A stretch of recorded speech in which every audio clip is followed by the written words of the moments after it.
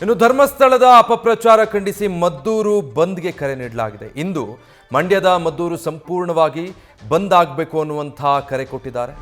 ನರಸಿಂಹಸ್ವಾಮಿ ದೇವಾಲಯದಿಂದ ಈ ಬಗ್ಗೆ ಪ್ರತಿಭಟನಾ ರ್ಯಾಲಿಯನ್ನು ಹೊರಡಿಸೋದಕ್ಕೆ ಸಿದ್ಧತೆಗಳಾಗಿದೆ. ಅಂಗಡಿಗಳನ್ನು ಮುಚ್ಚಿ ಬಂದ್ಗೆ ವರ್ತಕರು ಬೆಂಬಲ ತೋರಿದ್ದಾರೆ. ಧರ್ಮಸ್ಥಳದ ವಿರುದ್ಧ ವ್ಯವಸ್ಥಿತ ಅಪಪ್ರಚಾರ ಮಾಡ್ತಿದ್ದಾರೆ ಅನ್ನೋದು ಆರೋಪ. ಅಪಪ್ರಚಾರ ಮಾಡ್ತಾ ಇರುವವರಿಗೆ ಗಡೀಪಾರು ಮಾಡಬೇಕು, ಅವರ ವಿರುದ್ಧ ಕ್ರಮ ಕೈಗೊಳ್ಳಬೇಕು, ಸರ್ಕಾರ ಕೂಡಲೇ ಇಂಥವರ ವಿರುದ್ಧ ಕ್ರಮ ವಹಿಸಬೇಕು ಅಂತ ಹೇಳಿ ಆಗ್ರಹಿಸಿ ಇವತ್ತು ಮದ್ದೂರು ಬಂದ್ಗೆ ಕರೆ ಕೊಟ್ಟಿರೋದು. ಈಗಾಗಲೇ ವರ್ತಕರೆಲ್ಲರೂ ತಾವಾಗಿಯೇ ಅಂಗಡಿಗಳನ್ನು ಮುಚ್ಚಿ ಈ ಬಂದ್ಗೆ ಬೆಂಬಲ ವ್ಯಕ್ತಪಡಿಸಿರುವಂಥ ಚಿತ್ರಣ ಅಲ್ಲಿ ಇದೆ, ನಾವು ಗಮನಿಸಬಹುದು. ಬಂದ್ನ ವಾತಾವರಣ ಸದ್ಯ ಆ ಭಾಗದಲ್ಲಿ ಈಗ ಕಾಣಿಸ್ತಾ ಇದೆ. ಜನರ ಓಡಾಟನೂ ಇಲ್ಲ, ಅಂಗಡಿ ಮುಂಗಟ್ಟುಗಳು ತೆಗೆದಿಲ್ಲ. ಧರ್ಮಸ್ಥಳದ ವಿರುದ್ಧ ಉದ್ದೇಶಪೂರ್ವಕವಾಗಿ ಅಥವಾ ಸಂಚು ಷಡ್ಯಂತ್ರವನ್ನು ರೂಪಿಸಿ ಅಪಪ್ರಚಾರ ಮಾಡಲಾಗ್ತಾ ಇದೆ. ಇಂಥವರ ವಿರುದ್ಧ ಸರ್ಕಾರ ಕೂಡಲೇ ಕ್ರಮ ಕೈಗೊಳ್ಳಬೇಕು, ಗಡೀಪಾರು ಮಾಡಬೇಕು.